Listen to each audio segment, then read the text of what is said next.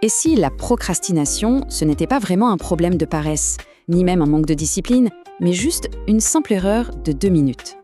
Une toute petite erreur qui, l'air de rien, peut nous coûter des années entières. C'est souvent ce qu'on se dit, n'est-ce pas? On se dit qu'on manque de volonté, qu'on n'est pas assez rigoureux. Mais et si tout ça, c'était juste une fausse croyance? On va voir ensemble une méthode qui paraît presque trop simple pour être vraie, mais qui a le pouvoir de transformer notre façon d'agir. Sauf que, attention, il y a un piège.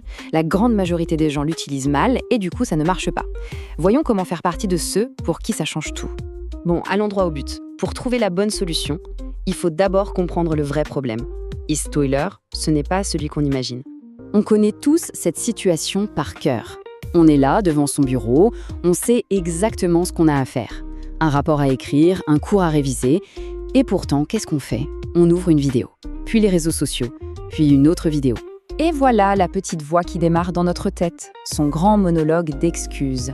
On se ment à soi-même, on négocie, alors qu'au fond, on sait très bien que le problème, ce n'est pas le temps ou l'envie. C'est autre chose, de bien plus subtil. Cette force invisible, elle a un nom, c'est la friction mentale. En fait, notre cerveau est programmé pour éviter l'effort et l'incertitude. Alors pour nous protéger, il sabote nos plans. Il transforme une simple tâche en une montagne immense. Le truc, c'est que ce n'est jamais la tâche qui est si difficile, c'est juste de s'y mettre. La bonne nouvelle, c'est qu'on peut complètement déjouer ce mécanisme du cerveau. Et c'est là qu'intervient la fameuse règle des 2 minutes. Mais attention, son vrai pouvoir est presque toujours mal compris. Ça, c'est la version de base, que tout le monde connaît. Faire la vaisselle tout de suite, ranger un truc, c'est utile, oui, bien sûr. Mais ce n'est pas ça le vrai secret. Non, sa vraie puissance, c'est de l'appliquer aux tâches qui nous paraissent gigantesques. L'idée, ce n'est pas de faire la tâche en entier, c'est de s'engager à faire seulement les 2 premières minutes. Vous voyez l'idée? C'est un simple tour de passe-passe mental.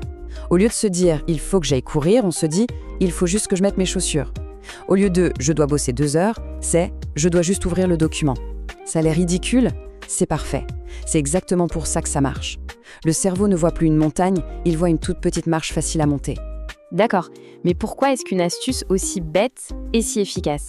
Eh bien, la réponse se trouve dans un principe psychologique assez fascinant. Ça s'appelle l'effet Zeigarnik. En gros, notre cerveau déteste laisser des choses en plan.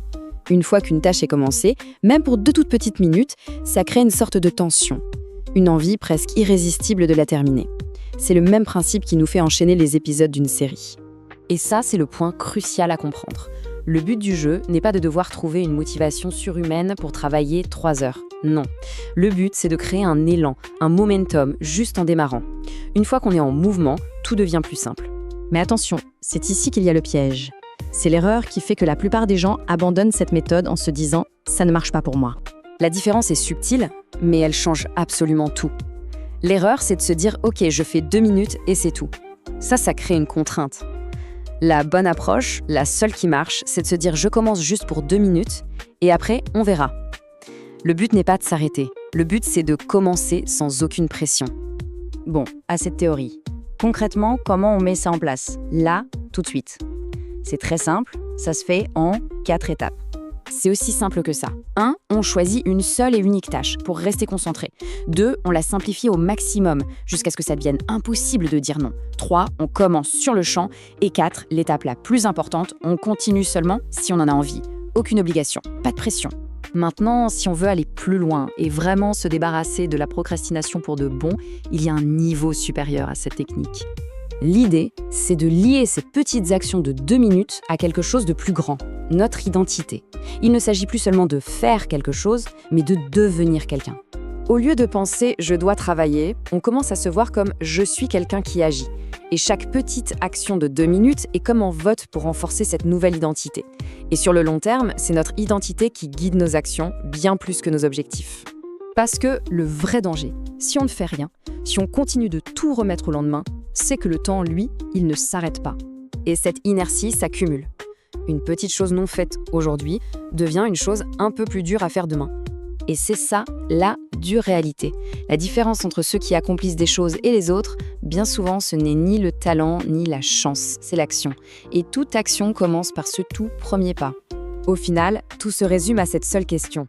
Pas demain, pas dans 1 heure, maintenant. Que vont être ces 2 prochaines minutes? Le début de quelque chose